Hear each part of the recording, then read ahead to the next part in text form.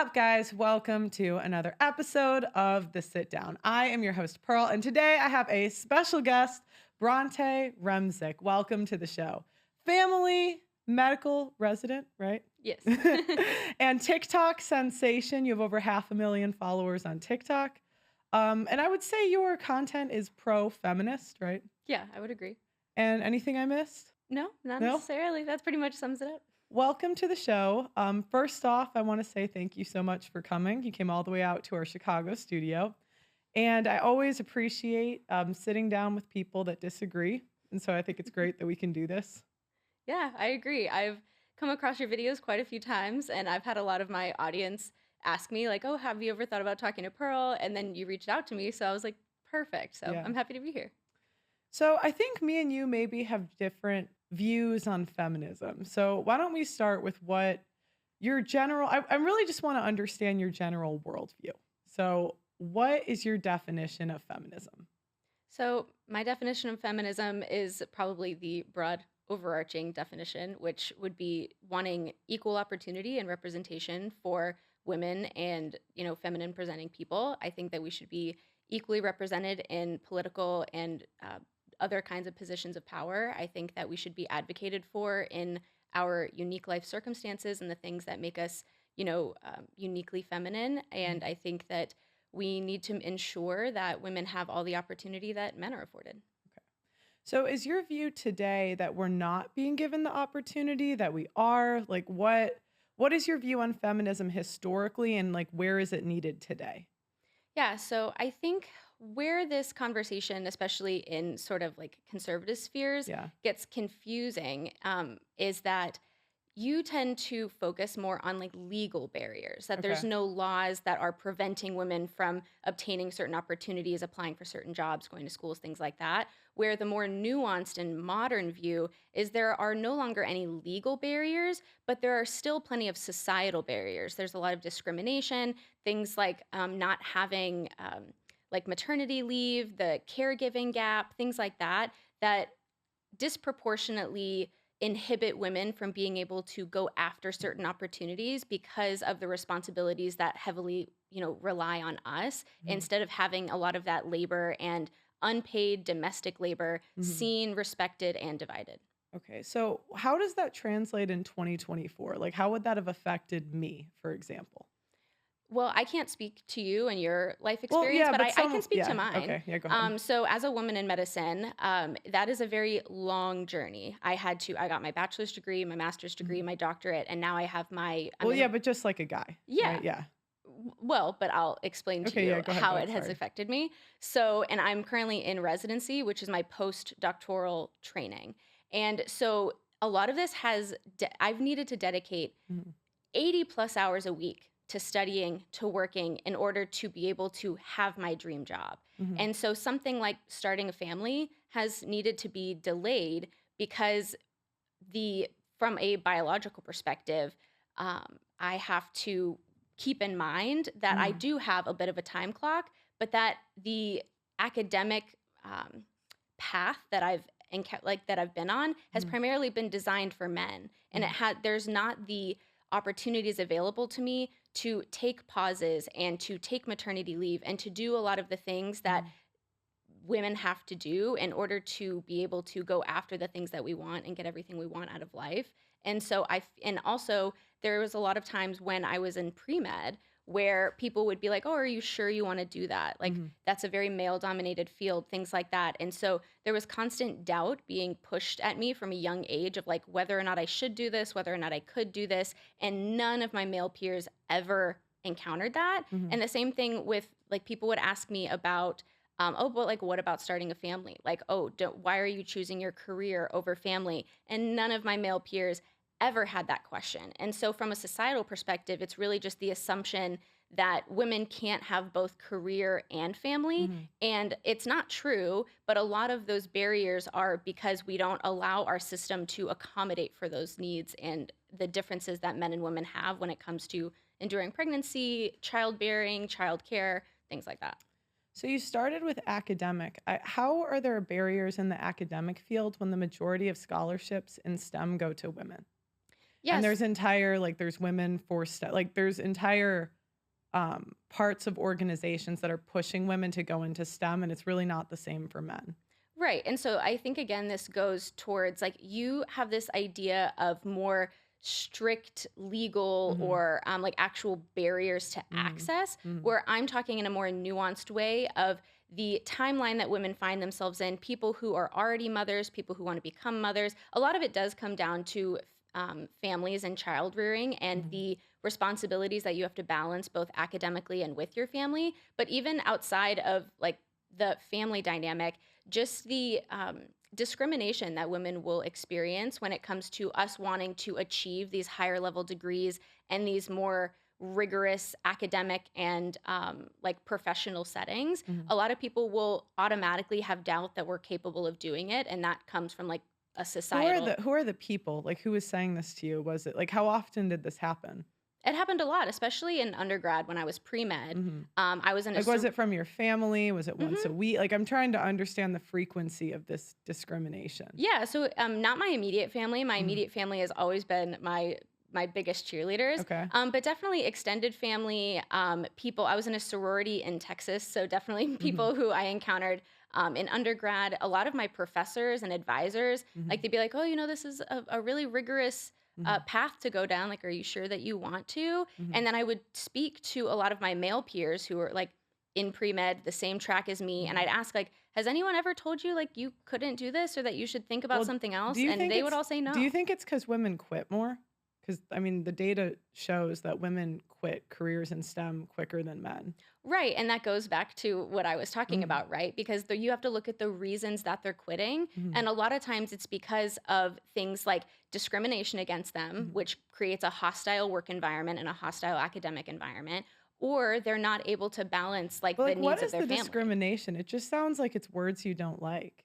Like, people say words that they don't like to men all the time. Yeah, well, I mean, I'm here, right? I'm a Yeah. doctor now, so it Mhm. didn't bother me, but I think it's pretty disingenuous to believe that those words don't have an impact because words do matter. And when undergrad is 4 years plus, my master's was 1 Mhm. year, my doctorate was 4 years. And so that's 9 years of my life that I've had to endure people constantly bringing doubt to my ability Mhm. to accomplish this goal. And I did it anyways, and I'm Mhm. extremely proud of that. But But I also, let me finish. mhm. I also don't fault a lot of women for giving into that pressure and having those years and years of people pushing that doubt onto them. Of course, it's going to seep into a lot of them and they're going to have that self doubt because of all of the external doubt that's fed their way. Yeah, but I think the world doesn't care.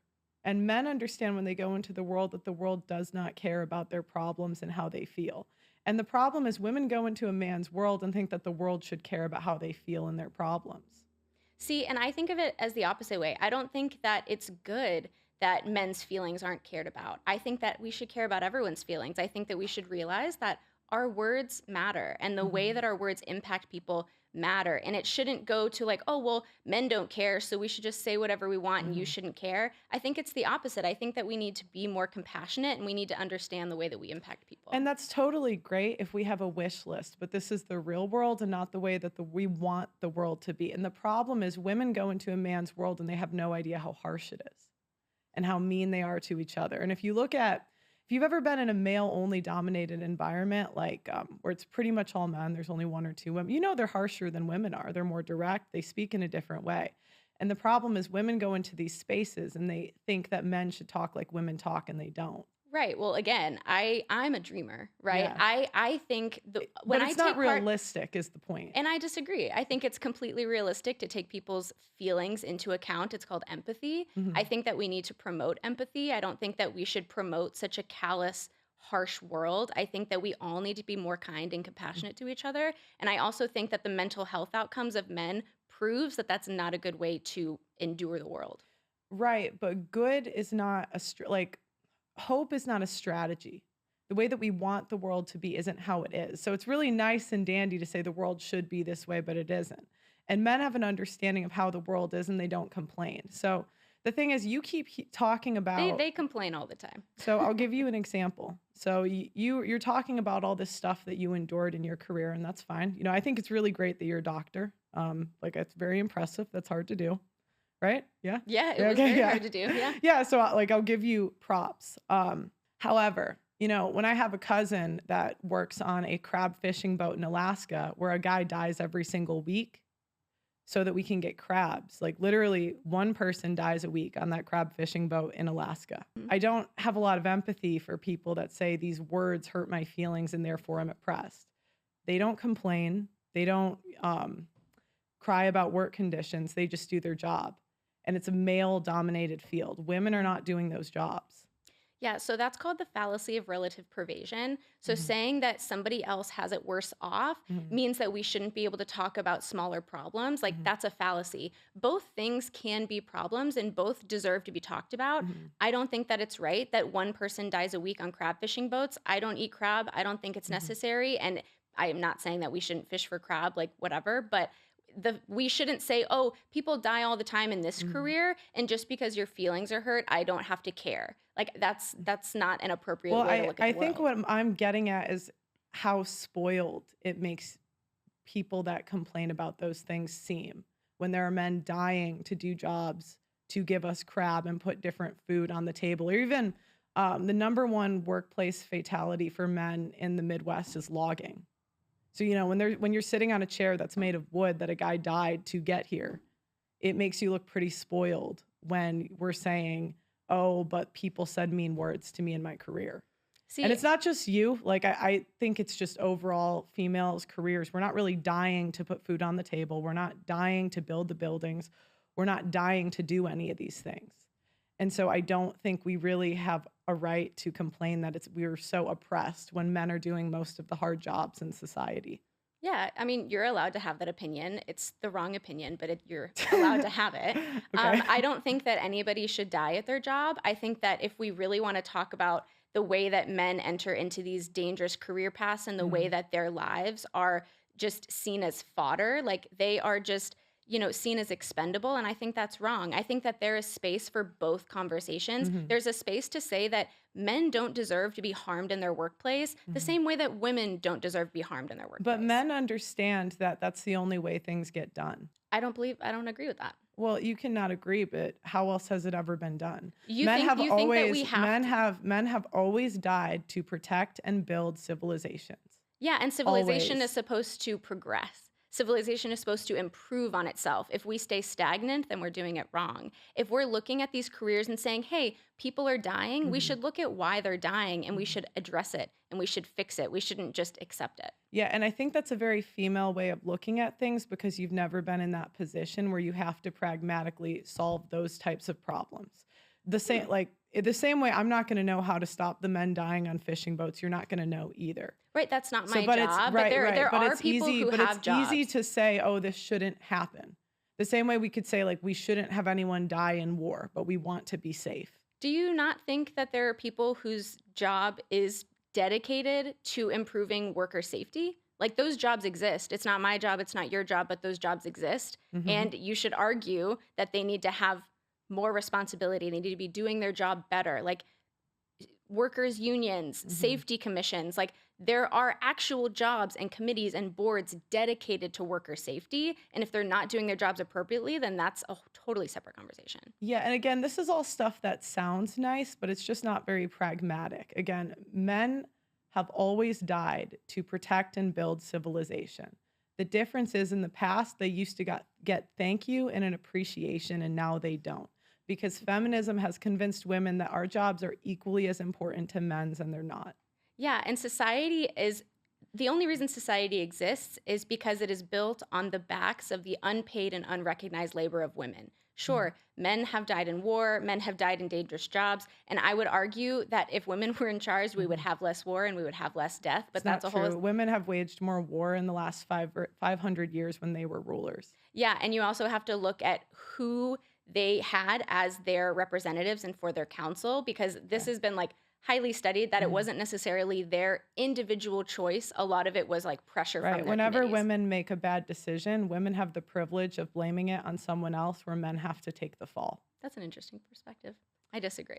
So, going back to, do you agree that men do most of the most difficult and needed jobs in society? No. Okay. how would society keep running without men doing the infrastructure jobs like logging, fishing, trucking, Oh, do Amaz you mean like in the world wars when men left and women took over those positions and we ran the entire country and took over the jobs that you say that we couldn't do? No, they didn't take over the majority of the jobs. We did. They did. They took over factory positions.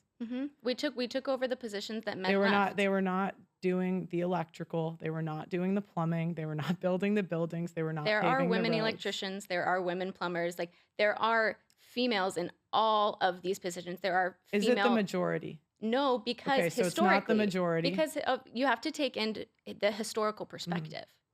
What is stopping a woman today from being a plumber and electrician? As I said, discrimination, Why there's hostile workplaces, because they are made to feel as if they don't belong in those spaces. And why would you want to exist in a space where you're constantly made to feel like you shouldn't be there by the men in those positions? So men will make women feel like they don't belong there and then Mhm. complain that women aren't there. So What's your evidence for that? what's my Yeah, evidence for what's your that? evidence for that? Oh, they've Have studied it.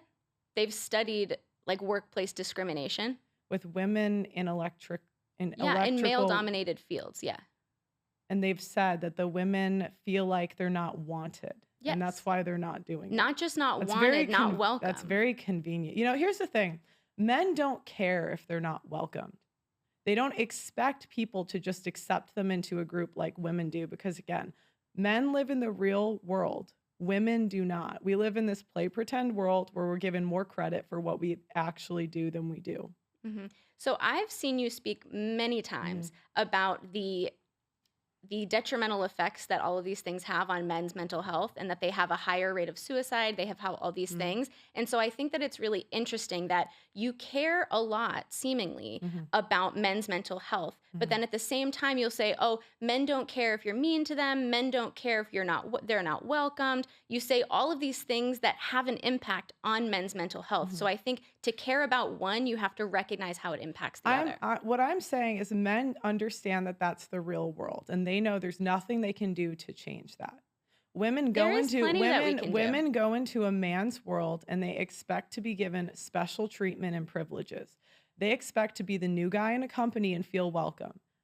I mean, it's not abnormal for men to haze somebody in a new group. You might say that's wrong, but it's not abnormal and they don't complain, they don't strike, they don't protest. They just accept it and they accept the world as it is instead of doing a wish list that will never become true. I mean, do they really accept it and are they really okay with it when the statistics behind men's mental health proves that it does impact them? They just internalize it. Mhm. Women make sure that we prioritize empathy and communication. So when we feel like we're not being welcomed, when we feel like we're being wronged, we want to improve the communication to We improve complain. the We're better at circumstance. complaining.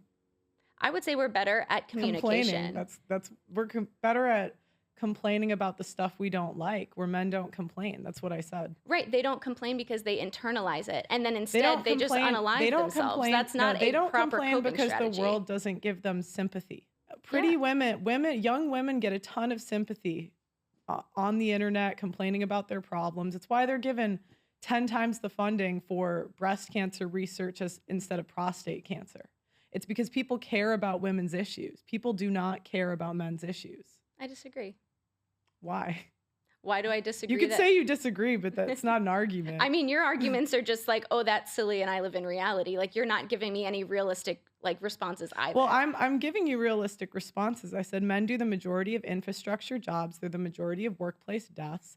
And so based on those two stats, they have a harder work environment and they complain less. Yeah, If you and look at the industries that strike and complain, it tends to be female dominated industries because women are better at complaining. no, They because want to we do less care of the work and they want more of the credit. we care about how we're treated, as men should care how they're treated. And they do care, they just internalize it. Just because they don't take action doesn't mean that they don't care. So the next topic I think we're going to go into is, do you think society discriminates more against men or women, or do you think it's equal? I think that they discriminate more against women, but I don't. That's not to say that men aren't discriminated against in some aspects. Okay, how are women more discriminated against?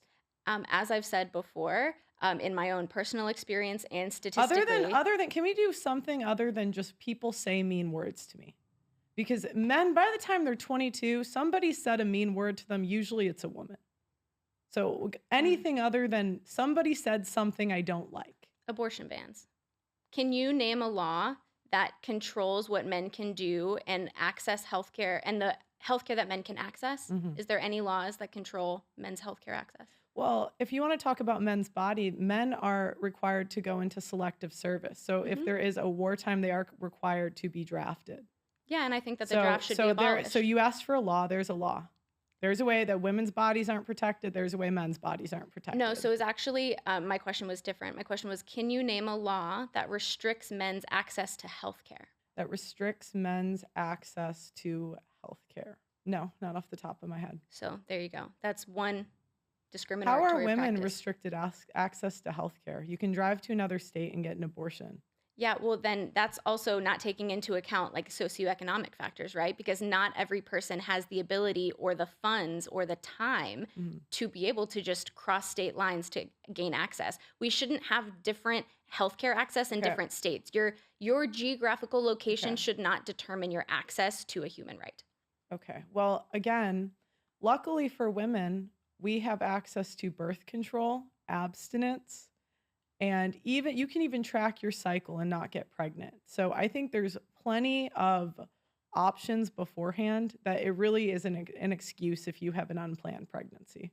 So actually, about 50% of unplanned pregnancies used protection. And so that's just Well, an incorrect statement. then you should learn to use it better. That's And not how that works. the other thing is after the kid's born, you could argue that it's an equally irresponsible move when men and women have unprotected sex or there's some problem with the birth control. Fine, equally irresponsible.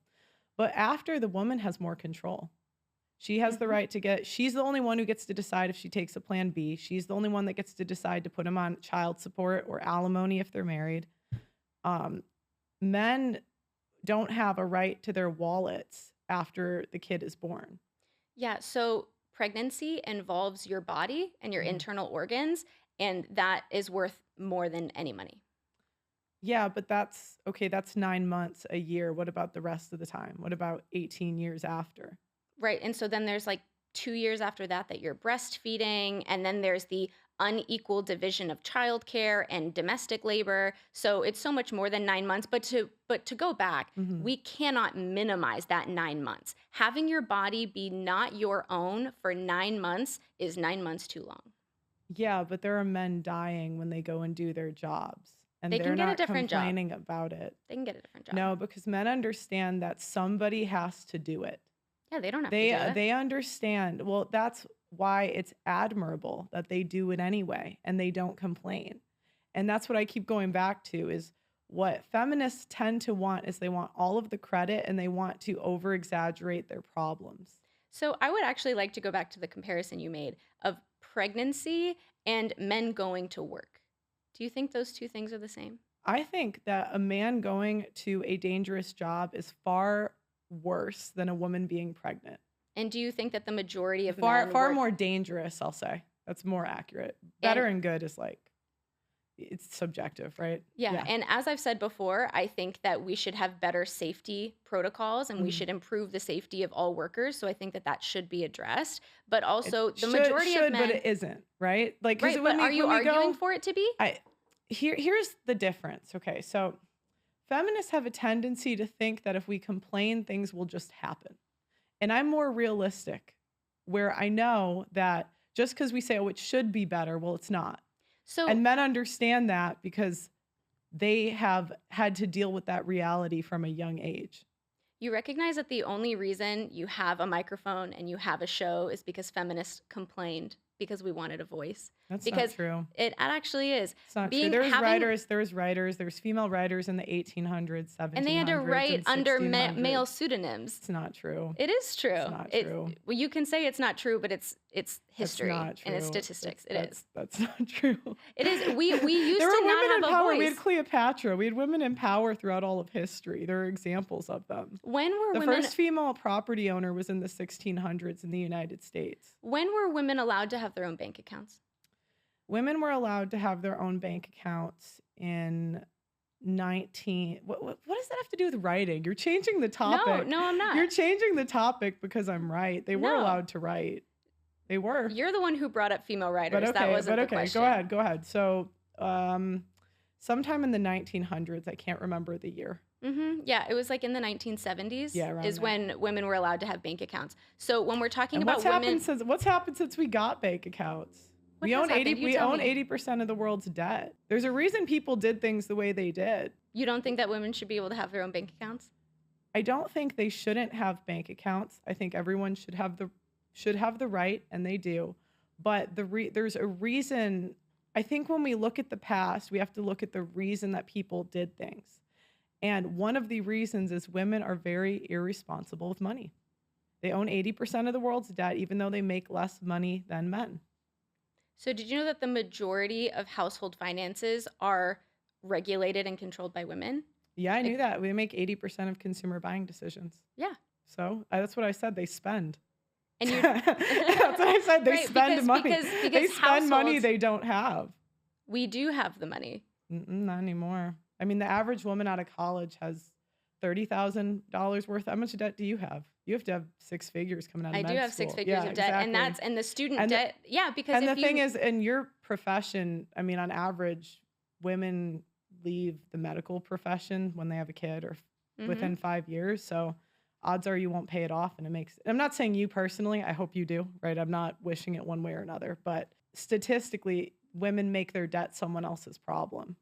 men do the same thing. No, they don't. So they looked at women paying off their debt and men paying off their college debt, and men have been making payments towards it the last 5 years and women haven't. So it's funny because you just Yeah, go ahead. mentioned how Go ahead. women will leave their careers because they have to take care of children. And that probably plays a large role into why they're not able to pay back their student debt compared to men who continue to be a part of the workforce even after they have children. Do you see how those two things like might be correlated? No, because women aren't having kids anymore.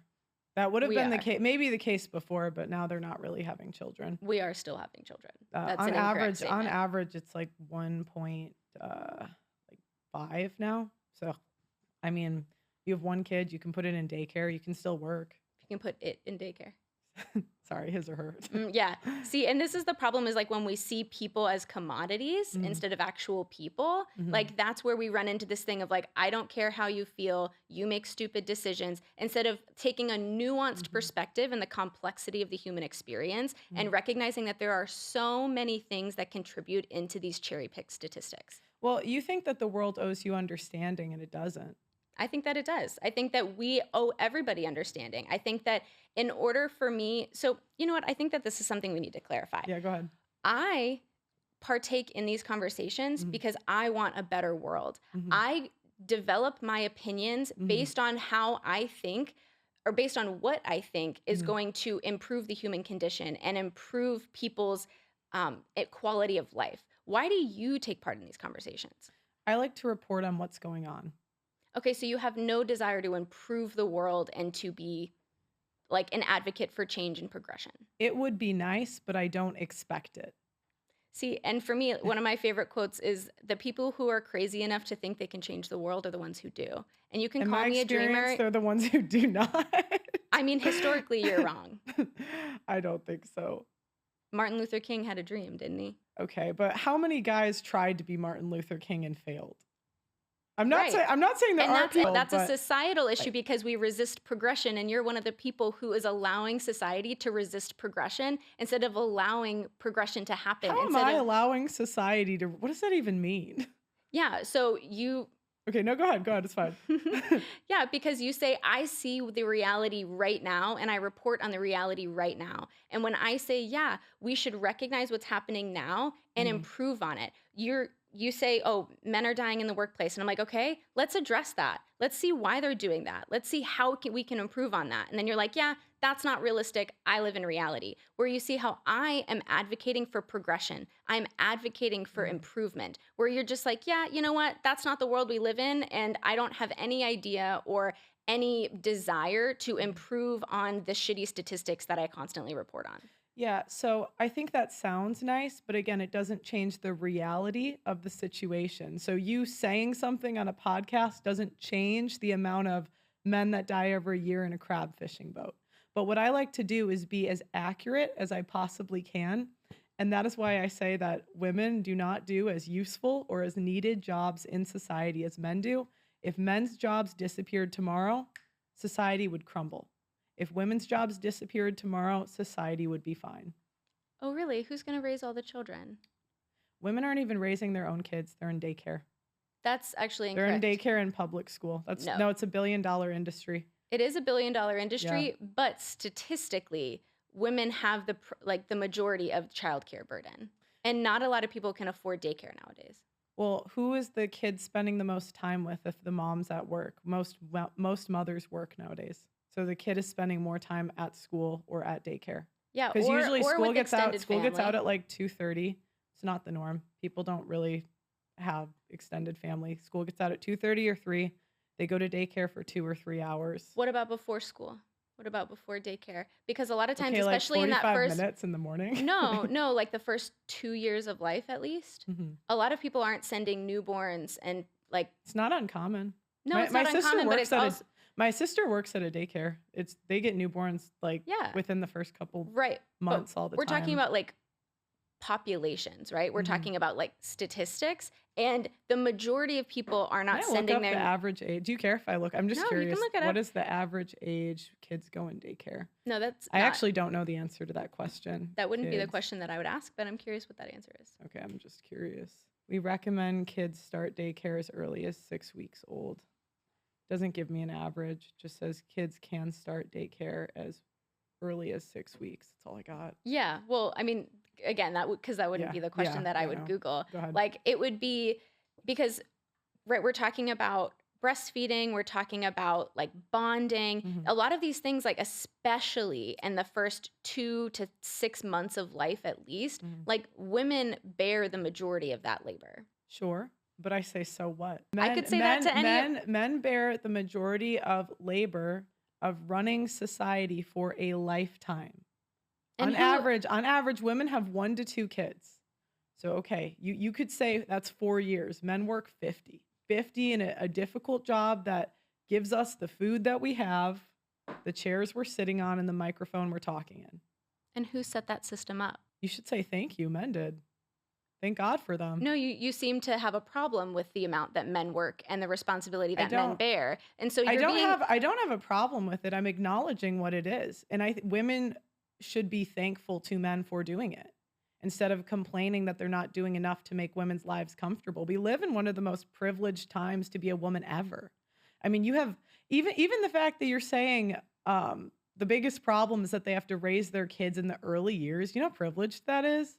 I mean, you have the option to put them in daycare. You have the option to delay motherhood. They made IVF for us. They gave you birth. Like, we have so many choices now. And we're still going to say they're not doing enough? That's bullshit. Do you know how much work it takes to raise children? I'm 1 of 10. Yeah. So you should be I'm 1 more. of 10 kids. Okay, so here's my next question. Are your parents still married? Yeah. And wasn't your mom like a feminist on the UN who fought for women's rights at a global level?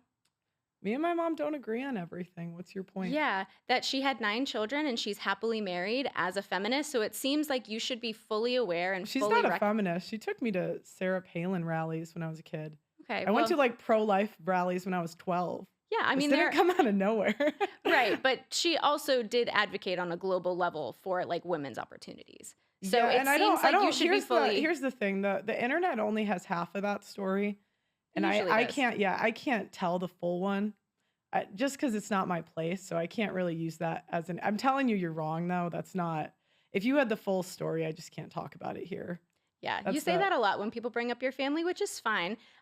But my main point is that you are not ignorant to these ideas. You are not ignorant to these arguments. Like, you, on a global and personal level, like, are aware of them. Mhm. So to say who cares, like, your mom cares.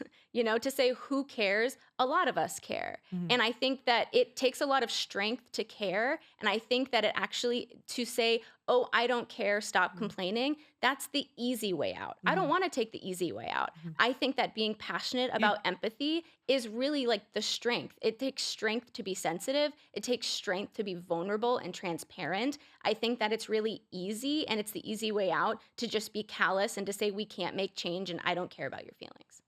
Okay, well, again, you can say that, but it doesn't change the reality of the world. And the thing is, if you want to be in a man's world, then be in it. And what women try to do is they go into a man's world and tell them how it should be different. Yeah, because as you've Even recognized, though even though they've done none of it the seems work, like are even you though they've interviewing done the me, or are work, we? even though they've done none of the work of building the society. But go ahead, sorry. I would argue that our society would be better off if we did have a part in building it. Our society has been stagnated and has been held back because women have been held back. Imagine the prosperity and imagine the opportunity that the world would have if women weren't held back and women weren't stagnated. And you continuously complain Mhm. about these things that men have to endure and then simultaneously call it a men's world that women should be grateful to be a part of, but we should also be sensitive towards the things that they've built that are detrimental to themselves? Mhm. So, what do you think men did historically? Like, what do you think their jobs were?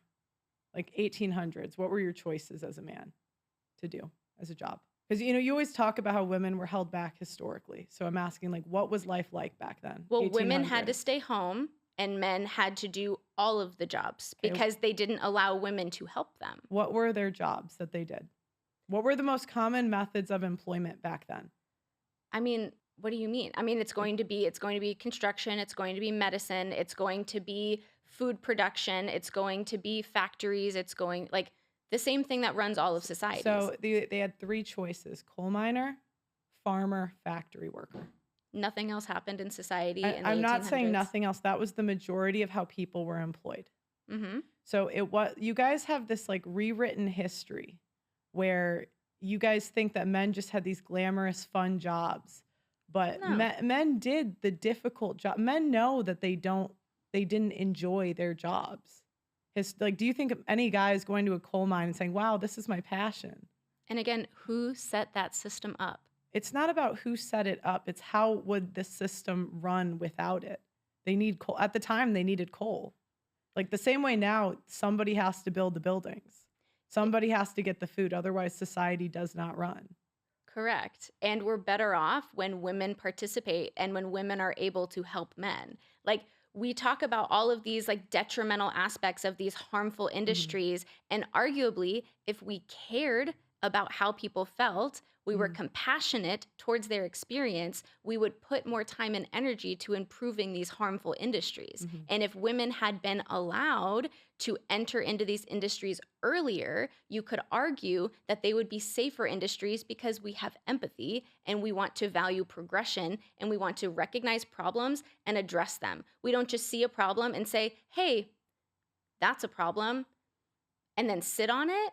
Like, no, you recognize a problem, you recognize what causes it, and you mhm. fix it. Okay, so I told you about the crab fishing today. What are you gonna do now? As I said, that's not my job. There are people Okay, who so are you're on, doing the same excuse me, thing. if I Sorry, could please okay. Go speak. ahead, go ahead. As I've said before, there are people on safety committees. There are Mhm, people on workers' unions. There are people whose jobs are dedicated to worker safety. mm. So if you're very passionate about that, you should probably invite one of them to sit down in the studio and ask them that question Okay, so nothing? You're not gonna because do that's anything not about my it? Okay. job. I'm just clarifying you're doing the same thing. No, because I'm more Okay. than happy to recognize that it's a problem that should be addressed by somebody whose specialty it is to address that problem. Okay. So the next topic I'm wanting to get into, and we can skip this one if you want, but I wanted to talk about trans and women's sports or no? You want to talk Mm, about, you okay with that? I mean, we can talk about it briefly. That's Okay, yeah, fine. cool. Okay. I don't want to, so okay. So how do you feel about trans women playing in female sports? I personally have no problem with it. I think that there are advantages and disadvantages to be found in the spectrum of biology, regardless of like gender and otherwise.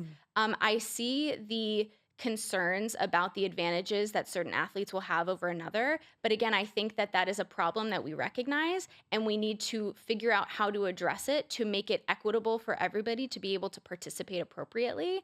It is not my specialty. I don't have any specific solutions, but I think solutions do exist that we can utilize to make it like advantageous for everybody. Mhm. I also think that this is an issue that is largely overblown. And if we want to talk about the issues in women's sports, trans athletes are not the major problem. There are so many bigger problems that should be addressed and should get a lot more airtime. Mhm. But I think that this is this is a strategy that is utilized to distract attention away from real problems and to demonize a group, because this is the same thing we see on the political spectrum, Mhm. right? Where we want to pick a group and demonize them and make everyone believe that this is the root of our problems when they are not. Mhm. They are just people who want to participate in athletics and sports like everyone else. And I think that it's a really easy way for the sports committees and for media to direct attention to a small group of people and demonize them while ignoring the plethora of issues that female athletes have to endure otherwise. So I actually agree with you on one part. I do think they overblow the issue. I've played volleyball for like 16 years. I told you before the podcast I had one experience, maybe. Um, However, I'm a little bit confused by your answer because it was. Could you just say it in a more simple way? Are you for it? You're okay with it, or you're not? So Like, I okay, if have they said tomorrow, they said, I'm sorry, I do this sometimes, but they said tomorrow, hey, you get the final decision. Are they allowed or are they not allowed? so I would reject that option because it's a nuanced discussion. I think that if you want to turn something nuanced into black and white, you're going to run into problems and Yeah. you're going to automatically come to the wrong conclusion. Well, but the way these leagues are run, they have a rule book. So when I was playing in England, there was a rule book every season. Hmm. And so somebody has to write the rules. Yeah. So when it comes to the rule book, it has to be black and white.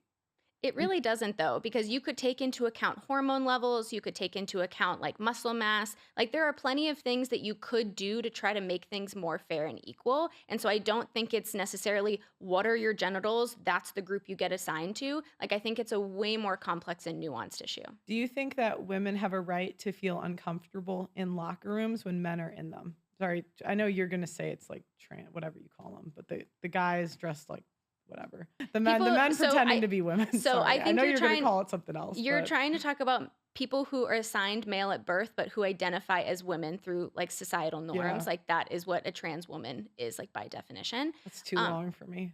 I know. It seems like you don't really like complicated thoughts. So it seems to be like the That was over. rude.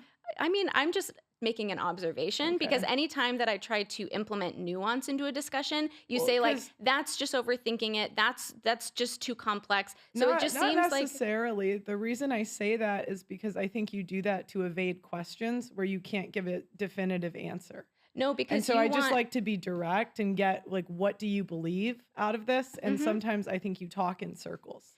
Because you can't keep up with what I'm saying. So No, I I speak. can keep up, Yeah, but and I so think you need to just you're give because a direct answer. Go ahead. you're asking me nuanced questions that require a nuanced answer, Mhm. but you can't ask a nuanced question and desire a black and white answer. That's just like not how the world But works, that's as a you really like to simple say. question. What would the rule book say? And I answered that. I said that we should be able to take into account different biochemical markers in order to make something more equitable. Okay, so a trans person comes in and they say, I want to play in the women's league. How are you going to deal with the situation? What I just said. Take into account biochemical markers to make the competition more equitable. Okay, so how would you measure it? What That's is not the my job. process? So there's Okay, so many things as I okay. mentioned previously, there's hormone levels, there's muscle mass, there's all these different things that you can measure. If Mhm. we're really going to say that trans people in sports are this huge issue that we need to dedicate so much time to, then if we're going to dedicate this much time to talking about them, then we Mhm. should dedicate Well, equally the it amount of wouldn't be time. that We should dedicate it equally wouldn't be the that long of a conversation if you just got to the answer. Are they allowed or are they not allowed? because it's not a simple If they're answer. allowed, what exceptions are we making? It's not a simple answer. You want a simple answer to a complex problem, and that's not how the world works. It is how that works because I've played in sports and the rules are generally pretty simple. Just because you desire a simple answer does not mean that the answer is simple. Okay, well, That one is pretty simple. They either allow them or they don't if you look at the rule books. But that's not equitable or fair, which I believe in an equitable and fair society, which you've made it very clear that you don't, which is I probably why do we I disagree. do want society to be fair, but if women the thing is women want all the privileges without doing the work. So why aren't you pushing for women to do 50% of the hard jobs in society, the infrastructure jobs? I want them to. They can if they want to. If they want to, but they Hmm. won't. And that's the catch. I mean, do men want to be in those jobs? Like, they don't have to if they don't want to. No, but many do it because they have to. Are And they because drafted into they the know crab fishing industry? Or do they choose to go into the crab fishing industry? a lot of men do jobs because they know that no one else is going to do them. And that sounds like a choice that they are making for themselves.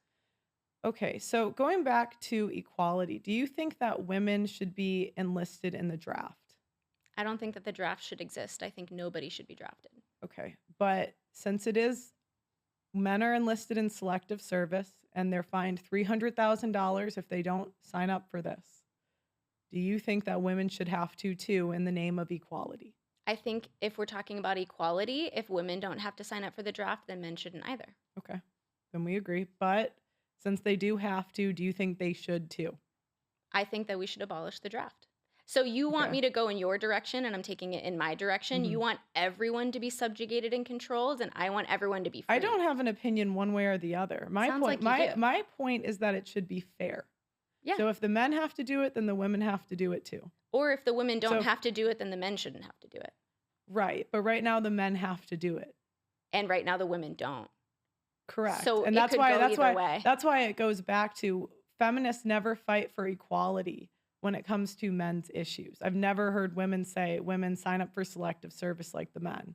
They just say, "Oh, that's a hard thing. We don't want to have to do it." So you haven't spoken to like many academic feminists, because many academic feminists who want full societal equality Mhm. do advocate for men's issues. And we recognize the way that certain societal norms, which by the way are designed and built and created by men, are detrimental to men. And Mhm. we advocate because a lot of feminist ideology is beneficial to men. And so we are advocating for men. And so you say men have to sign up for the draft, so women should have to, where I go the opposite. You seem, Well, it's can I selective finish my service. thought It's though? selective Because service, but you yeah. seem to be very pro control, where I'm pro freedom. I want everyone to have freedom over their body. I want everyone to have freedom over their choices, where you seem to go in the opposite direction and say, if one group is subjugated, we should Mhm. subjugate everyone. It's And I not don't what agree. That's not what I said. But if okay, let's go into family court. Do you think that custody should be 50-50 off the bat? Like In physical, or there's different kinds of custody. child custody. Like who they live with or who makes legal decisions for them. Yeah, 50-50 off the bat. So those are two different things. But I think that it is going to be a nuanced discussion and based on family dynamics. Okay. But in general, if there's no abuse or anything crazy like that, 50-50 off the bat as a starting point. I think that every case should be taken into account from its individual and nuanced perspective. I think that, sure, abuse should absolutely be taken into account, but also should finances, also should desire for childcare, Mhm. also should geographical location, like all of these different things. But I'm asking for a starting point. 50-50 custody off the bat. I think that each partner should be looked at equitably, and there should be no discrimination towards either from the get-go. From the get, like, Mhm. okay, so we would agree off the bat, starting, it's 50-50. I understand if there's abuse, if there's one parent wants to work more, totally fine, they can work that out. But I'm saying to start off the bat, 50-50 custody, no child support, no alimony. No, that's not what I said. Okay. No child support, no alimony. That's not what I said either. I'm asking you, what's your thoughts? Yeah, so as I previously said, I think that each case should be analyzed and should be, when it comes to finances, when it comes to abuse, when it comes to all of these things, like that's going to be so unique to each individual circumstance. So to say no alimony or full child support or 50-50, like these are people, and Mhm. people are complex. And so you seem to want simple answers for complex issues. No, I want a starting point. I Mhm. understand that it's complicated in family dynamics. There's abusive women, there's abusive men. That would change a family dynamic, you would agree, Yeah. right?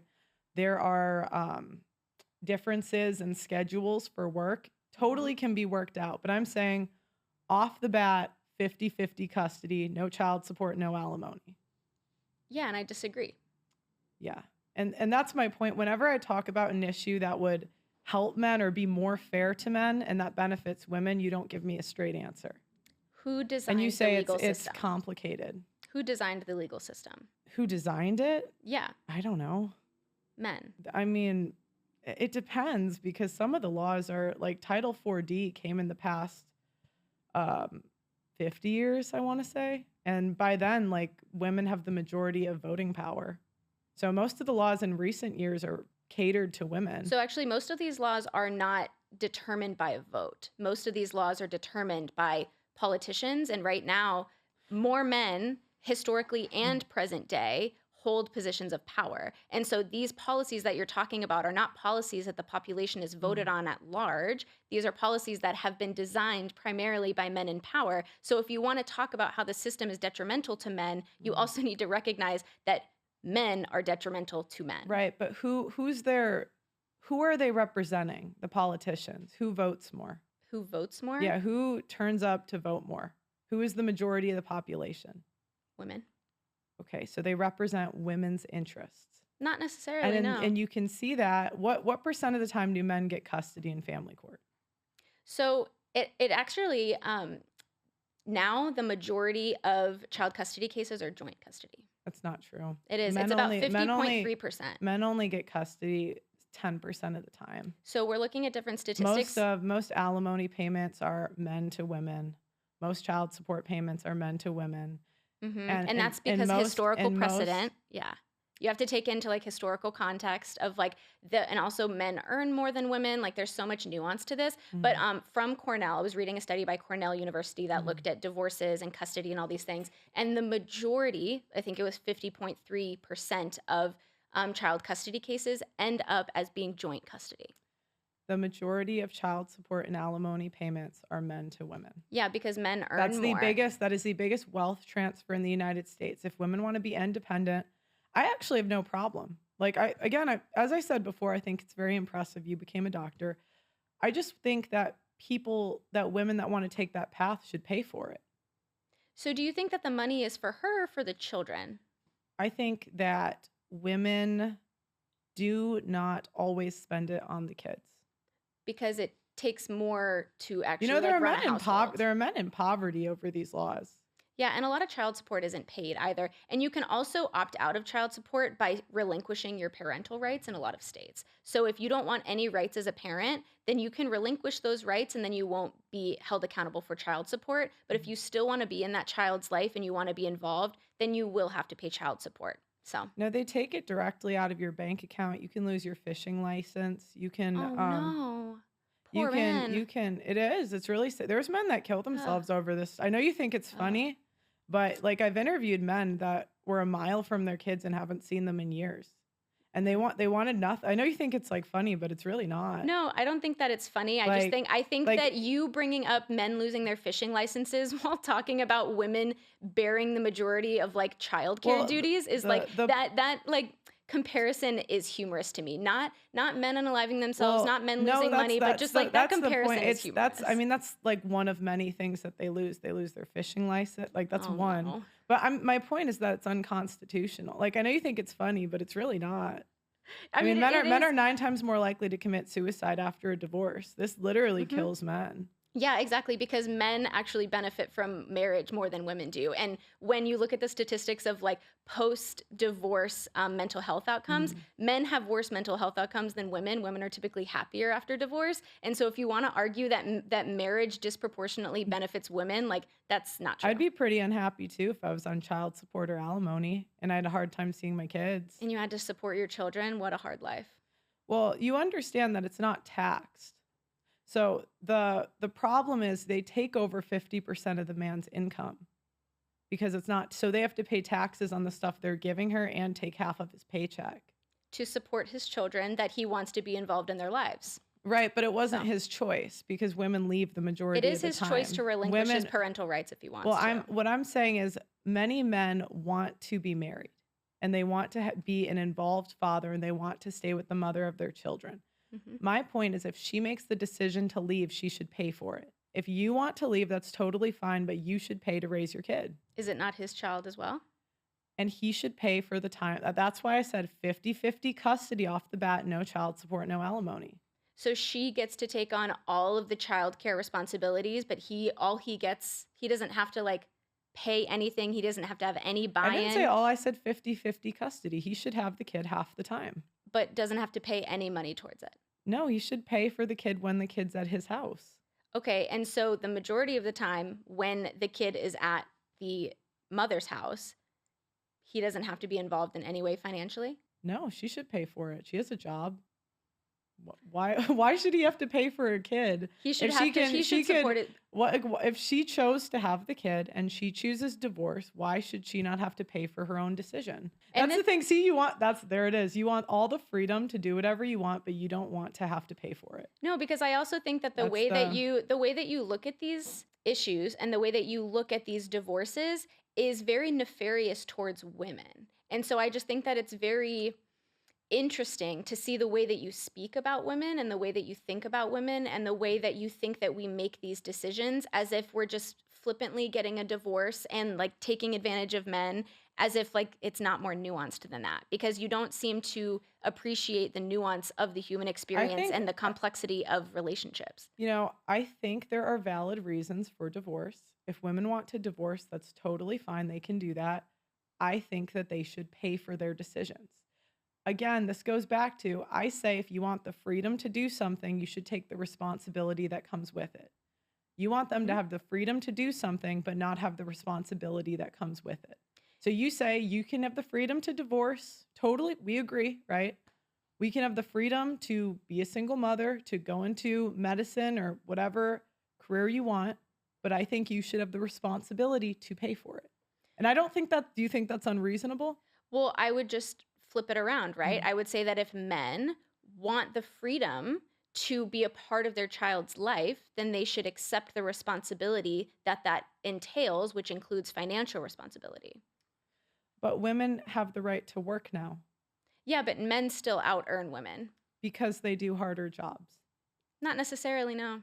Because You don't think doing an infrastructure job is more difficult than the number one employers of women, which is admin, assistants, education. so Education, you get out at like 3:00, 2:30. I mean, there's men dying, getting you the chair you're sitting on. There's men okay. dying to protect you, literally. So statistically, when they look at the gender wage gap, they've shown that women in the exact same positions with the exact same qualifications make less than men. So it's not this like strange overarching pattern that you like to point out that Mhm. men are in these dangerous jobs and they run Mhm. society. Like that's just not true when it comes to the gender wage gap. They've controlled for these variables when they study this, and there's still a very significant gender wage gap, even when you control for different industries, different degrees, different Mhm. qualifications, different hours, women working all of the same things as men, Mhm. hours, degrees, industries, education, whatever, still make less than men. Ma- So if you want to pull it back towards childcare or child support, then you have to recognize that like on a societal scale, like Mhm. the wage gap is there, and so that's also going to contribute to the gap in child support and financial Mhm. responsibility. Well, women don't do as good of a job. They don't produce as much in the workforce. That's why That's they get actually paid less. incorrect. They've done They an make 80% of the world's stuff. Women. okay. Men have invented 90% of things. Men. Where did you get that statistic? Google it. Google it. Right, I will. Top of, I mean, So, and I would it's argue that especially A World historically, Without Men too. It's in that book. Okay. It's an economist. He breaks down. I would argue that also historically, women have been erased from their accomplishments. A lot of people don't know that Albert Einstein had a wife who actually helped him and got the same degrees that he Mhm. did. She went to the same schools that he did, same classes, but they didn't award her a degree because she was a woman. And I'm not done.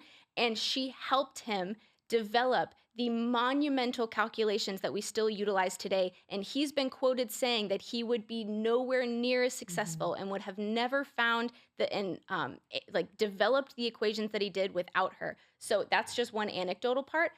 But when you look at the actual productivity and efficiency of women, if you are a female surgeon, you are going to have better surgical outcomes. This has been studied numerous times, Mhm. and statistically, female surgeons have better outcomes than male surgeons. They've also analyzed the top 500 companies, like Fortune 500, I think, Yeah, but and the ones. they're only 20% of surgeons. Yeah, and so They're, isn't that amazing that only 20% of women have better outcomes than 80% of and they men? would be doing the majority of medical breakthroughs. They're not. They're not the majority. But the surgeries that they are doing and the work that they are doing is higher quality than the work that According men to are who? doing. According to what? Some study? Multiple If they studies. could dominate the field, they would go do it. We are. Where's the There's female actually, billionaires? All the female billionaires are rich off of men's money. yeah, so it's actually 80% of billionaires inherited their family's money, but that's From beyond the a point. man or a woman?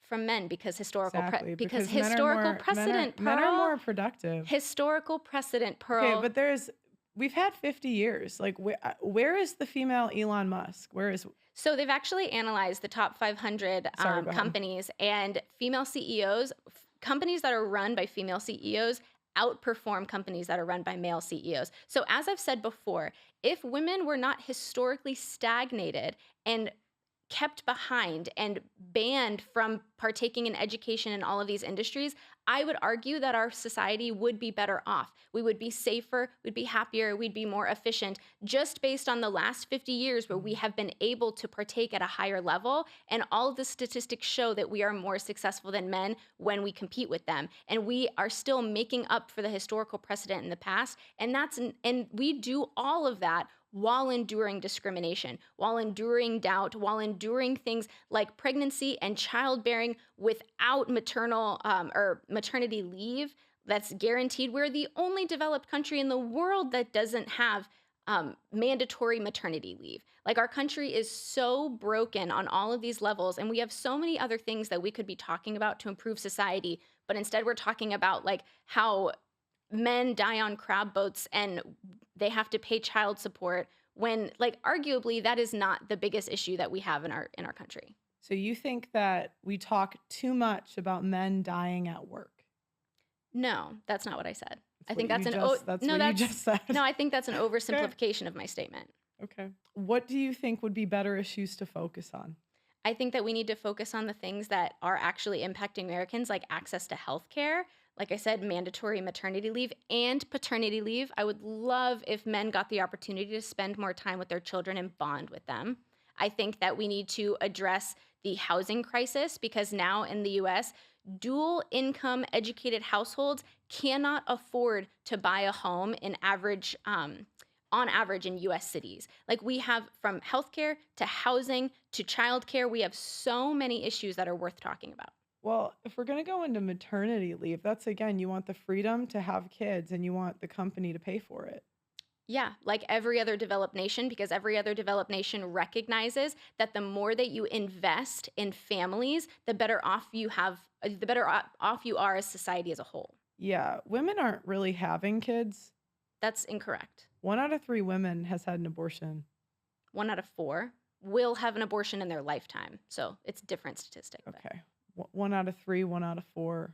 Women have 1.2 kids, 1.5-ish. Yeah, and 1 out of 4 women will also experience sexual assault in their lifetime. Do you want to talk about that, or? We can talk about it. What's sexual assault? What is sexual assault? Mm-hmm. Why don't you tell me? You brought up the stat.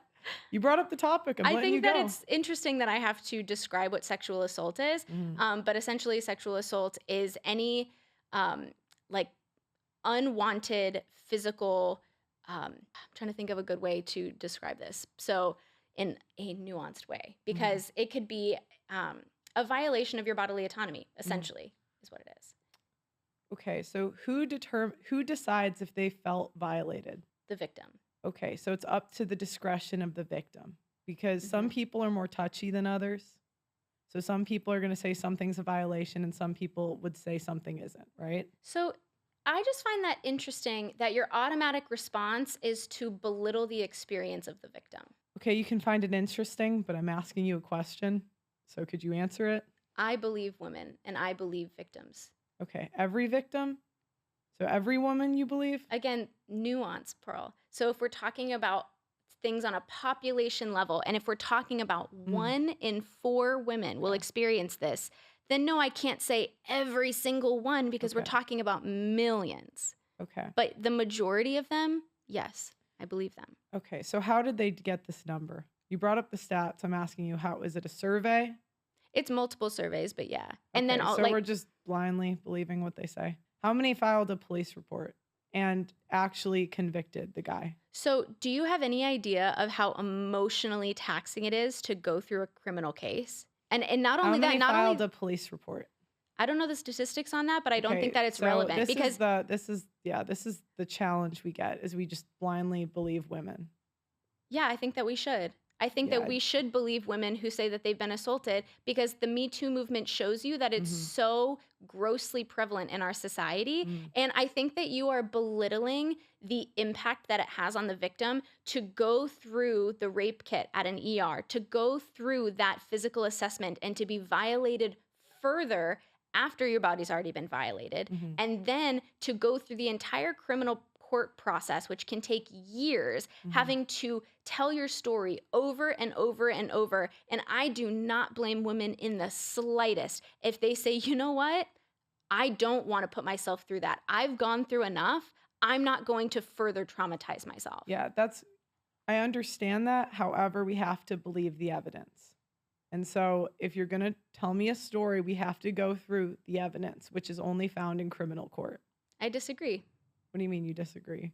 You I think d- we should just blindly, okay, like how far do we take that? Do men lose opportunities because a woman has a story and she didn't file charges? I Do think that when women go on social media with no police report and tell stories where it's easy to identify the man, should they be allowed to do that with no repercussions? This would happen all the time to like me when I was on my show. I interviewed 1,000 people. Women rarely file police reports. yeah, And because it's usually, yeah, traumatizing. no, but what I found was a little different. I used to kind of be more like you, where I would, when a girl, Find nuance, not that, but express empathy. not really. More so, usually I would think that women were telling the truth. Like when they would tell me someone abused them, someone assaulted them. The problem is, if you ask a couple questions, a lot of times their story falls apart. I'll give you an example. So there is a woman who said she had an abusive ex-boyfriend. She comes on my show and I asked her a couple questions. I said, okay, did you file a police report? She said, no. I said, okay. Comes to find out, she said that he shoved her down the stairs. That was her story. So I asked her, I said, okay, how did this like come up? Like, how did this situation happen? And it turns out she was actually trespassing. So she wasn't supposed to be in his house. And he kept asking her to leave and she wouldn't leave. She had a romantic relationship with this guy and she was trying to fight with him in front of his kid. He didn't want to fight in front of the kid. He ends up pushing her out, not trying to push her down the stairs, but he's trying to get her to leave. Does that make sense? Okay. And she claims abuse. I think that's a little bit overblown. Would you agree with that in that specific story? So that is anecdotal evidence. No, I know that's totally and fine. when That's we're totally talking, fine. when But we're I'm saying in good faith, could you agree with me? I want you to understand why I think this way. I will agree with the premise that these are complex issues that should be looked at holistically. Totally fine. And so I think that it's interesting that when I bring up like believing women, Mhm. I'm ultimately saying we should believe anecdotal evidence. Like we should believe women's account of what they are experiencing, especially when these stories are corroborated on a population level. Mhm. And then in counter, Mhm. you give me anecdotal evidence that Totally shows fine. I totally understand. But I just want you to go with me on this and you can disregard it later. Okay? that's not how You I totally function. fine. Totally fine. But I'm asking you, in that case, do you agree with me that that was overblown? No, For her to, okay. because I don't know the details of the case. It's a he said, she said. I know, but can we in good faith just set like just agree that I'm telling you the truth? Just it's fine. I agree that you're telling me the truth, but not that you've been told the entire truth. Okay. But assuming those facts are correct, would you agree that's overblown? Assuming those facts that you gave me are correct, yes, in that Okay. one particular instance, sure. Totally fine. What I found, and I'm just explaining how I came to these conclusions, was that normally when I would ask women to give me more details about their story, there was something they left out that, like, many times women would say he hit me, but she hit him first, and they would leave that out. Sorry. We had a woman who started the first men's abuse. Her name's Erin Pizzi. She started the first men's abuse center in the UK, and she dealt with both men and women that were abused. And most abuse is mutual, meaning they're hitting each other. So that's the majority of cases. And what I found is women would often leave out the other side. They would say they were assaulted and they wouldn't put the other side of the story. And No, I'm just explaining how I came to this conclusion. yeah, so the I people. understand it's anecdotal, but Mhm. just like you've come to some conclusions because you anecdotally going through the medical system, that was how you came to those conclusions. I'm telling you how I came to mine. Okay. And so I think ultimately we end up with my conclusion, which is we should look at each of these cases holistically and with nuance and recognize that these are complex issues that just can't be given a black and white solution or scenario. Well, my point is we have to go based on the evidence, and the only way we can go on evidence is in criminal court. I disagree with that because, as I've said, it is incredibly traumatizing and taxing to go through the criminal process. So I think, unfortunately, we are left to anecdotal evidence when it comes to a lot of these cases. Right, but how do you know if somebody is lying? You don't. Yeah, and again, this is going back to you want to be able to accuse men of anything, and we just have to believe women, and the men just have to take it. So And that's how so many men get falsely accused on college campuses and in the workplace. do you know the statistics of when they've analyzed these issues and when they've analyzed these claims, how many turn out to be false? Well, there's a lot of stats people throw around. I don't know which ones you're going to bring up, but you go ahead. Around 2 to 8%. The highest that I can find is 8%. And how did they come to that conclusion? Through both, like, if you're not going to look at like criminal evidence, a lot of times they'll corroborate it with friends and family. They'll corroborate it with instances at the workplace, things like that. Okay. Well, the majority of cases that are brought to police are not prosecuted, hmm meaning that they don't have the evidence to prosecute them. Yeah, because it's incredibly hard unless you have a video camera in every So, room of your house so to have I evidence highly, towards I these highly things. doubt that this survey got better evidence than the police. So that's actually incorrect because you're comparing things like civil and criminal instances, right? Because something where a man is going to lose his position at a job or where he's going to whatever it may be, that's different from like a criminal accusation. Mhm. And the bar for criminal accusation is so much higher. And you're going to need things like video evidence Mhm. and transcripts and all these things, which are going to be incredibly difficult to have when you're living in the real world where Mhm. like abuse doesn't happen in front of a camera. Don't you think that the bar should be high to accuse someone of a crime that's that serious? Criminally, Don't you don't think so civilly too? no. Don't we want to be sure that the person is guilty? Well, like you say, I live in the real world and it's just not realistic to have that amount of evidence when a lot of times abuse happens behind closed doors. Where are you going to Ye- get the evidence from? Easy. If you're getting hit by a guy, you're gonna have a black eye or something. Are you crazy? Do you know how strong men are? Also, Holy shit. Like, I'm serious. Like, I played sports and I got elbowed once by accident from a guy. And I had a black eye for weeks. It's simple, easy. that's If you're getting number beat by a one, guy, you are going to, there's no way you will not have marks. physical abuse is only one kind of abuse. First of all, there's many different kinds of abuse. Second of all, men are a lot smarter than that, and a lot of them know to not leave visible evidence. But What getting, percent of men do you think are abusive?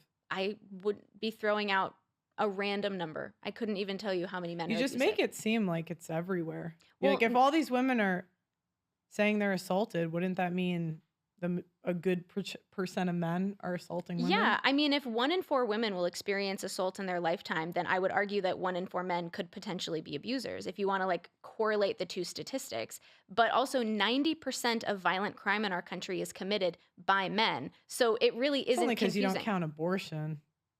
Do you want to talk about abortion? We can, but not really. It sounds like it because no, I mean, I'm if like you're going, I'm pro life, but like I know you're not, and it's not.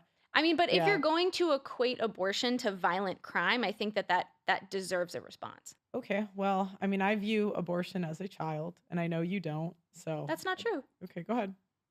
I view Like the f- I view it from the moment of conception as a child. I do as well. Oh, you just think the woman should be able to kill the kid? I think that it is her body, and if she Wow. does not want to or cannot endure pregnancy, it is her choice to do so. So you view it as a kid? I thought you'd view it as a fetus. No. I mean, it is a fetus, but I view it as a human fetus who will eventually develop into a child. Okay. What point for you? Well, you gain personhood when you enter into the world. So at birth. So you would allow abortions up to birth? No. Okay. What point for you? So I actually think conservatives should negotiate on this and just find a point yeah. and just like stop fighting. So I'm just curious what the point would be. I would, by the way, I want to clarify. Morally, I think it's wrong, but I'm trying to be realistic in 2025. 3 months. Would you agree to that? Yeah, I think 3 months is a reasonable time frame. Yeah. But I will say, so I've been asked this question a lot. I'd even bargain and say 4. Can we just stop fighting? 4? Like, Yeah. I mean, I think it's that wrong, and I want to say I think it's wrong. It's just I think there's bigger, like, you're not going to win that issue. So Yeah, I agree because it's a nuanced issue. So the issue is, so for me, I don't think that there is a reasonable timeline to initiate a ban because most abortions happen within the pre 3 to 4 month mark. So if you want to do a ban at that time, sure.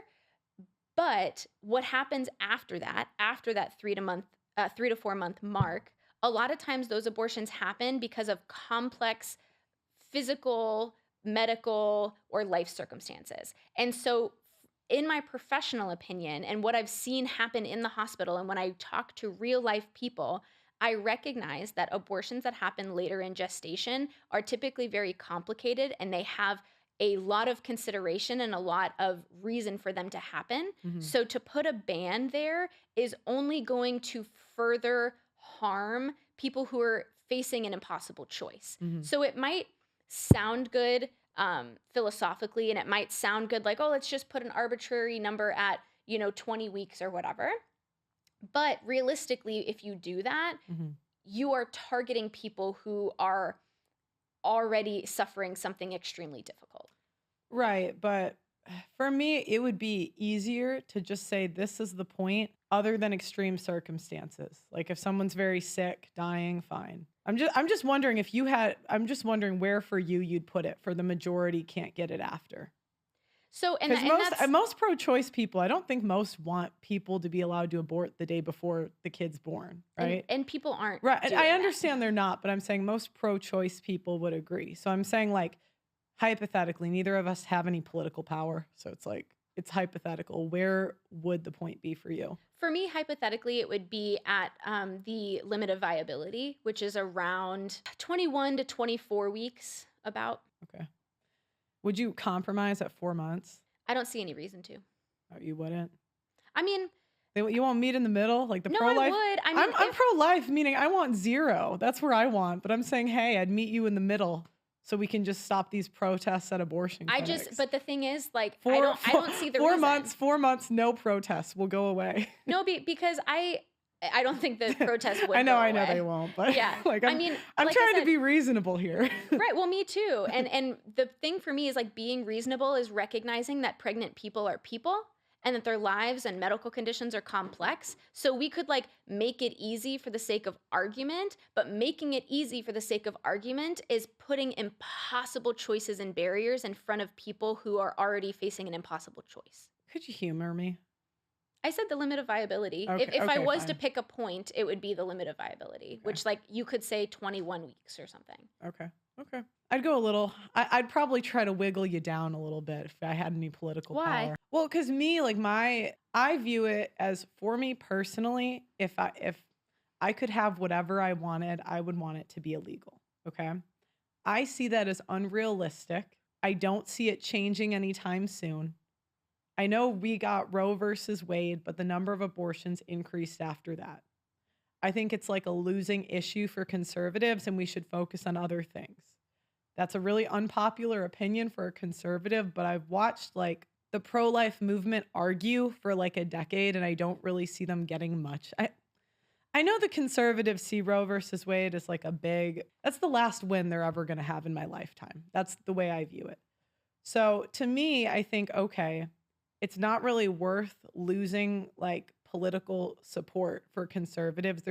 Let's just make a deal with them. Let's find a point that maybe they're a little bit unhappy, we're a little bit unhappy, but let's make a deal and move on. Like that's how I view it. Conservatives don't agree with me. I don't think liberals do either because nobody wants to like if conservatives want 0 and some liberals want like 6 months, let's say, okay, let's meet in the middle at 3, 4, and then just stop arguing. I know that's like very idealistic. That'll never happen, but if this was Pearl's world, this is does that make sense? Yeah, no, I Yeah. mean, I do appreciate that perspective Yeah, like from like, 'cause especially coming from like a pro-life conservative, I do appreciate the ability to be flexible on that point. yeah, I don't know how to put it. Like I'm not like I think it's wrong, but I'm realistic on like what we can accomplish, like what is realistic for us to like accomplish. I think there's just other things. Yeah, and that's the thing too is I know they're think gonna that roast me for that. Look, guys, I mean it. Like I don't know. If I saw you guys getting stuff done, I just don't. Like I don't see these like protests outside of clinics like doing much. I just, it's I agree. And I will say too that I just want to emphasize I totally respect you being uncomfortable with abortion. I Mhm. respect anybody who is uncomfortable with abortion, Mhm. and I never want to pressure anyone to feel as though they need to become comfortable with it Mhm. because that's not true. I'm pro-choice, right? Mhm. And you have the choice to be uncomfortable with it, but it's when it comes to your body. Mhm. And so it's just these instances are so complex that we have to recognize that like you can have any opinion that you want as long Mhm. as it pertains to your body and your body alone. Yeah, and I think it's wrong, but there's a lot of I don't know how to put it. I wish it wasn't the case, but it is. And I can't it goes back to like it's the same way I was trying to explain to you earlier that this isn't a wish list. Like I don't just get abortion gone because I want it. And it's not really realistic that it just goes away tomorrow. Hmm. So, does that make sense? Yeah, no, it does make sense. Do you think I want to talk about chivalry and women and men getting different sentences for crimes. Are the two Oh, kind of topics I want to end on. okay. What do you think about women's sentences are 30% shorter for a man with the same crime? Do you think that's unfair? You'll be shocked to hear that I think it's complex. I think that a lot of times the court has to take into account the responsibilities that women Mhm. have, especially when it comes to child rearing and their families, because Mhm. disproportionately that responsibility falls on women. And sure, you could be, you know, convicted of a crime, but that doesn't make your children any less needing for of family to take care of them. So I think that that does play a part in it. Do I think there are other solutions? Sure, but statistically that plays into the reduced sentences. Also, men tend to have more violent crimes. So like I said, 90% of the violent crime in our country is committed by men, Mhm. and a lot of times the courts take into account like the risk of reincarnation, re-incarceration, not Mhm. incarnation, risk of re-incarceration.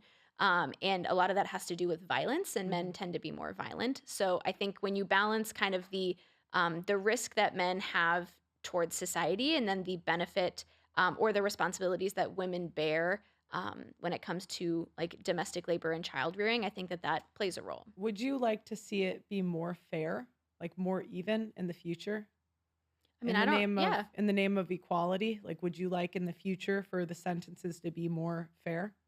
I mean, it depends on the sentence, but yeah, I mean, I think that if you commit the same crime, then doing the same time makes sense. But I also think that we over criminalize people in Mhm. this country. I think that like our prison system is privatized, and I think that that's extremely problematic. Mhm. So I don't think that the solution is to further incarcerate people. I think that we have to have a holistic approach when it Mhm. comes to who and why we're incarcerating them. Yeah, so the one part I disagree, I actually think women are more violent than men. And the reason I think they're more violent than men is a couple reasons. Number one, I believe that abortion is murder. But even if you take out abortion, I think the most violent people are people that are violent towards the innocent. Many times when men get prosecuted, it's for a reason, probably not a good one, right? But they get into a bar fight, accidentally punch someone too hard, they die, they go to jail. That's the majority of like men that commit murder. It's from some sort of fight. Not saying that's right or wrong, but it's like women, when there's an infanticide, meaning a child dies within the first year, the police almost never go looking for a man. If there's a baby found in a dumpster, it's always pretty much unanimously a woman. If you look at people who attack the elderly too, women are the majority of the ones that attack the elderly. I think if women had the same strength that men did, they would be equally as violent. But the difference is we don't have the strength that men do. So when you talk about things like the violence that, so We could even take out abortion. I understand for you that wouldn't be like a factor. yeah, but I do want to recognize Mhm. that you brought it up because what I heard from you was that abortion is murder and that is violent, and so Mhm. if we take that into account, then women are Mhm. the primary aggressors in our society. Mhm. But men have so many reasons to be violent, and Mhm. sometimes they have an excuse, and sometimes it was an accident, and sometimes da Mhm. da da da. And so I just want to recognize like that mentality shift when it comes to like having appreciation for the complexity of men's Mhm. experiences while just not having the same mentality towards women's experiences. And women, when having an abortion, are affecting their body Mhm. Mhm. and nobody externally from their body. Mhm. When men commit violent crimes, like they are harming somebody who is not within or a part of their body. So those two violent crimes are like not the same and not equivalent in any way. But also, I just want to recognize the two other things that you said Mhm. when it comes to elder abuse and infanticide. Mhm. So women statistically bear the majority of responsibility when it comes to both caring for the elderly Mhm. and caring for children. And so statistically, you are going to have higher rates of abuse when we are the ones Mhm. taking care of those Can people. I And can so I it's the stop you same. there? I just want to correct you. So they've looked at that, and if that were true, then as women spent more time with children, you would see a higher rate of crime. But as women spend less time with children, there's a higher rate of crime. So there's no correlation. I know, because a lot of people bring that up, What do you and mean higher rate of crime for who by so who? if you're arguing that women commit crime because they're with the kids more, then as we are with the kids less, you would see crime go down, and it hasn't. Women are more abusive towards kids. What do you mean crime goes down? The rate of them abusing children goes down as the time spent with them goes down. That makes sense. Like you spend less time with them, you're No, more. sorry, it's the other way. I said it wrong. So say it again. So they looked at women spend how much time the women spend with the kids. And over the last 50 years, women have spent less time with kids, but the abuse stats have gone up. So if what you're saying was true and it's about how much time they're spending with kids, it would be correlated. So, and you also have to look at the way that these statistics are gathered over the last 50 years, because there's also a bias that comes into play where we are able to better track abuse that happens in modern day compared to before. But I will recognize your It's point. pretty much kids. Child abuse is mostly women, and when it's a man, it's usually a stepdad, which was the woman's choice to bring into the kid's life. So the stepdad has absolutely no responsibility for the No, abuse that he he. absolutely does, but the woman does as well because you are responsible for who you let into your kid's life. Right. And again, this goes back to like financial responsibility, where a lot of My times, point is it's almost overwhelmingly not the biological father. because That's my point. So women are the majority of abuse when it comes to children and the elderly. they're also the And majority of the I think caretakers what we of can, children and and the I elderly. think I would disagree with that, but I think what you'd see is how women act when they are stronger and have more power. But in normal interactions, women do not have power. It was not an excuse for men that it was okay. My point is, women don't have the opportunity to kill someone with their fist. So they're not going to use that because they can't do it. So you're saying that women take advantage of the less fortunate or the Yeah, they more do. vulnerable? They're more abusive towards them. They also care for them more, statistically. Right. But we just debunked that. We didn't, though. Yes, we did. No, because you're saying that we're spending less time with children, yet abuse goes up. But you could argue. So, do you know what a confounding factor is? Tell me. Go ahead. So, no. Go ahead. Tell me. Okay. So a confounding factor are things that could be contributing to a statistic beyond what you recognized within the statistic. So this is the same thing like um, ice cream consumption goes up in the summer, and so do Hmm. sunburns. And so ice cream is the cause of sunburns, where Right. no, a confounding factor would be both ice cream consumption and sunburns go up in the summer because there's more sunlight and people are outside more. And so Yeah. this is like So, I mean, correlation versus this is kind of how causation. you guys dance around it because whenever there's a stat that makes women look bad, you guys never acknowledge it. It's just, oh, it's just because like, okay, spending more time with the kid isn't a reason to abuse it. There's no excuse. No, None. but the Zero. time, Zip. None. No excuse. None. So women are more abusive towards kids and the elderly. no, you have to recognize the way that these statistics are gathered and the confounding factors that impact these statistics. And I know that you don't like to think about complex topics and appreciate nuance as we have. You can't even answer basic questions No, because you want me to give because simple. you No, can't give yes or Pearl, no answers. because you want me to give you simple questions to or simple answers to complex questions, and that is not the reality that we live in. If No, you because ask a you complex, can't answer simple no, questions. you are asking complex It's questions not and like wanting a simple answer. it's not overly difficult to It is. answer a simple question. So Not just everything is it depends. Like that's what okay. you guys go to whenever there's anything that makes women look bad or anything that benefits men. Your answer is just it depends. It's complicated. It's not that simple instead of just answering a direct question. Listen, when you see a complex topic as simple, it does not make that topic simple. It makes you simple-minded. It means Okay, I that know you you keep aren't. trying to virtue signal that you're smart, and I get it. Okay, No, cool. I'm You're trying very to. smart. Okay, go ahead. I'm just So, trying but to I'm point saying if out you're so smart, you should be able to answer simple questions. you are asking complex questions and you're not recognizing that they are complex. I am simply pointing out to you that you are taking part in a complex discussion and desiring it to Okay, have a simple who is answer. more abusive towards kids and the elderly? See, and that is a complex question with Who confounding who factors. out of the biological parents, who is more abusive? The people who spend the most time with children are going to have the most opportunity to be Okay, abusive so compared to what is the people who walk answer? away. Is Compared, answer A is mothers, answer B is fathers. Who's more abusive? fathers are more absent. Who is more abusive, men or women? It is easy to be absent. And whose fault is that? Elaborate on your question. Whose fault is it if you have an absent father? Whose fault do you believe it is? The mother's. Why? You picked him. So he bears no responsibility? Well, many men don't have a choice. Oh, really? What percent of the time do men get custody of their kid? Well, over 50% of custody cases are joint custody. Yeah, but this mom is still the prime. One of the parents has to be primary. Yeah, And that's so true. it's majority the mother, and they get every other weekend. That's 4 days a month. Yeah, and the majority of the time, men don't fight for majority custody. Yeah, And when men do because fight, I'll give you a story. So there is a guy in a similar situation, and he it's been 2 years since he's seen his kid because his wife filed a restraining order on him and did not take him to criminal court. This man was in tears in my studio talking about how and you're rolling your eyes. It's not funny. no, He because was, because and I'm telling you because I'm telling you why I think the way I do. And he's in tears telling me that he cannot see his children. It's been 2 years. He has 3 kids.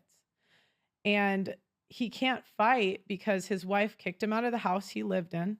He's on child support immediately and he lost his job. And the thing is, they have to go back to court and renegotiate the child support. And it doesn't take into account that he hasn't been employed in 6 months because, it was like out of the blue, 80% of men don't see divorce coming. He didn't expect this. because they don't pay And, attention. and Why so can we what? can And we ask so why and does so why what? does But divorce why? happen? Like this is. I'm trying to educate you on what's No, going you're giving me on. anecdotal evidence when I Well, would and instead I would like to you talk gave about you why do okay. So, divorces but you don't happen. have to don't yell like for what? You've And overtalked me this entire interview, Pearl. so what happened was now he has the choice. He goes to a lawyer and he can spend $300,000, $100,000 to maybe get 4 days a month. Men look at that and they just don't see it as worth fighting something they're probably going to lose. Again, that's anecdotal evidence. So, can you tell me why do divorces happen? Well, the different sources will tell you different things, but Mhm. irreconcilable differences is one of the most commonly cited reasons. Sometimes it's infidelity. Other ones are money, financial. And what role do you think men play in those reasons? In irreconcilable differences, Sure, if you want to go with that one. Yeah. what role? I mean, in a divorce, both parties play a role. So I'm, Right? yeah. Yeah, but you're saying that I'm 80 just trying to get what you're asking. I don't. Yeah, so I'll clarify. So you're saying that 80% of men don't see divorce coming, right? Mhm. So then, logically, going off of that statistic, you would ask, well, what causes divorce then? What are the reasons that women are leaving men, and why don't they see it coming? Mm. And so, There's no good reason. to get a divorce? I mean, outside of extreme cases, not really. I mean, your kid is more likely to become a criminal. Your kid's more likely to drop out of school. Your kid's more likely to commit suicide. Your kid is at every statistical disadvantage in society because you chose divorce. So take kids out of the equation. Okay. We're just talking about relationship dynamics. Okay. Fine. Okay. Go ahead. So I'll go back to, you said 80% of men don't see divorce coming. Mm-hmm. And then we talked about the primary reasons people get divorced. Mm-hmm. And so I'm asking you, what role do men play in the reasons that people get divorced? And you said that you don't think there's any good reasons. So I just want you to elaborate on that thought. I don't think there's good reason when you have children. But people have a right to do what they want, and there are reasons for relationship breakdown that both parties contribute to. So Okay. I don't know which, like, what you're trying to get at. So go ahead. Yeah. So majority of the time when you talk about irreconcilable Right. differences, a lot of times we're talking about communication breakdown, and we're talking about religious differences, we're talking about financial differences. Like, that's a very overarching topic, Okay. right? And as we've recognized at the very beginning of this interview, men don't tend to take it seriously when people care about the words that are said, when people care about the way that they're treated. Men just ignore that. They Mhm. say, who cares, whatever. And guess what? Your wife cares. Mhm. And so it matters when men don't want to participate in these lines of communication, when men don't want to learn empathy and active listening, when men don't want to participate Mhm. in the domestic labor of a household. Those things are going to slowly deteriorate a relationship over time. And that is why men don't see it coming, Mhm. because in order to see it coming, you have to be partaking in these conversations. Mhm. And if you have no desire to partake in the conversation and you're constantly invalidating your partner and their feelings, then that's how you don't see it coming. Yeah, because men know that women are never happy and women like to complain. And I think an example is we see more protests, even though we live in the freest society with the most choice than ever in all of human history. And women are still complaining. And this translates to all areas of life, including relationships. Women complain because they don't like men's tone. And it's very almost egotistical because you think that everyone should communicate the way that you do, but people are different. But you should be able to communicate with your partner. What does that mean? Like, I mean, it's easy to talk about in the abstract. What does that mean day to day? What does it mean to communicate with your partner? Like, about what? Saying hello, good morning? Like, what do you Yeah, mean? so Give me as a married woman, I Mhm. can tell you that communication with my husband is extremely important on a day-to-day basis, and that takes part, or that includes a variety of things, right? So I have a very high stress job. Mhm. So I want him to be able to hear me out and recognize when I'm having a hard day or I'm stressed out.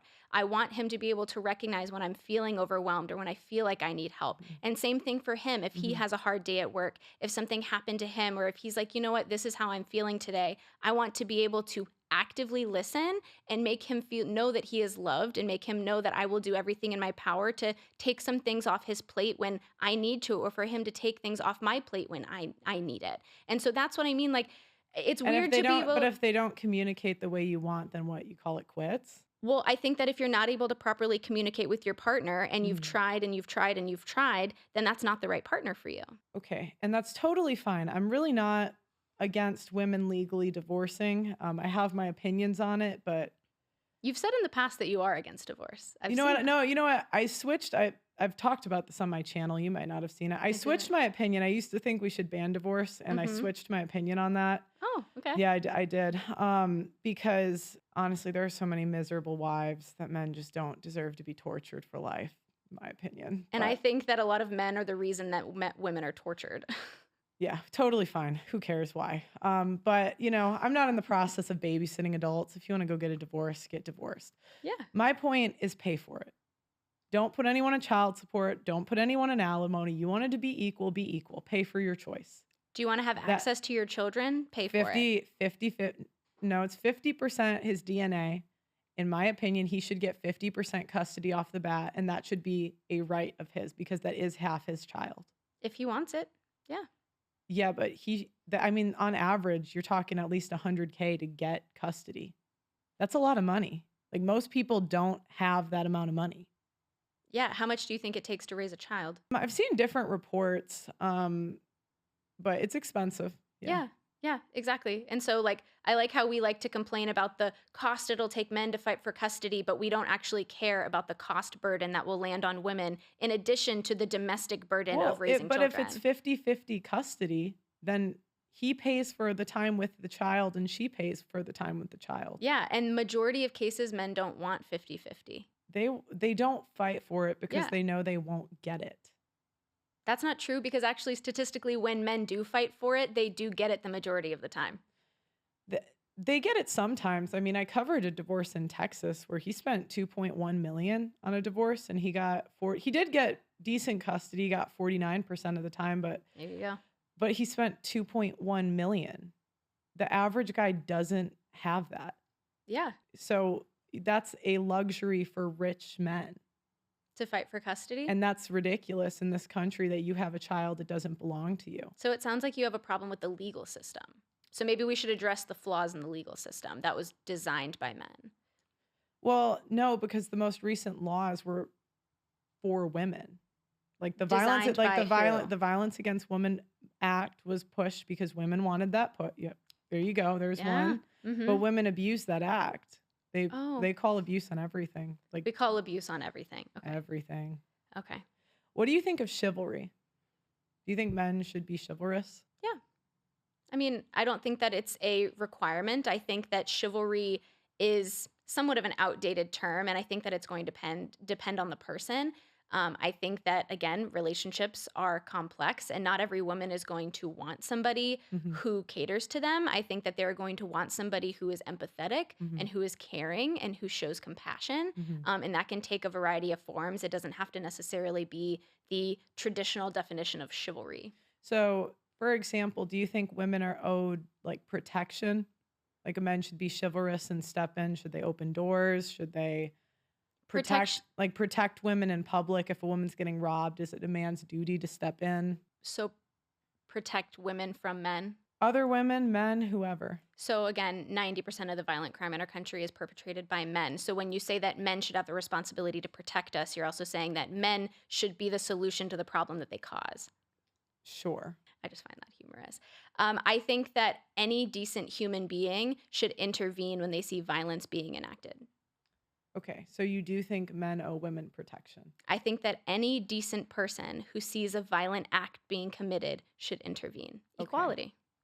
Okay, so you think women should also intervene? Yeah. Okay. I think that if you see a violent crime being committed, then you should intervene. Do men have better means to intervene? For sure. Do I think they should be the only ones to intervene? No. Okay, holding doors, men and women equal? I have no opinion. I don't really care. Paying on dates, men and women I think equal? men should pay on dates, yeah. At least the first few. Okay. That's not really equal though. Well, the amount of time and investment that women The have to makeup put argument? in. Yeah, okay, fine. Trying to think of what else. Chivalry. Proposing, men kneel. I think What that do you it's think of women proposing? I don't mind women proposing if they want to. You're fine, equal. Yeah. Okay, well, I think that's all I got for you today. Did you have fun? Sure, this was an interesting interview. Yeah, I had a good time. Okay. Anything else you want to cover? If there's anything else you want to add? No. We got through all of it, right? I think we're good, yeah. Okay. Well, thank you very much for coming on. This was fun. You want to tell them your socials your social media, where they Yeah. can find you? Go ahead. Yeah, so you can find me primarily on TikTok. I'm Dr. Bronte, Bronte, like the Bronte sisters. And then on Instagram, I'm at Be Kind and Curious. Cool. And you're welcome to use any of the clips, shorts, whatever for your social media. Guys, who do you think is right? Feel free, put whatever, either or, her stuff, my stuff. Like the video on your way out and subscribe to the channel. Thank you guys so much for watching, and I will talk to you guys next time. Bye-bye.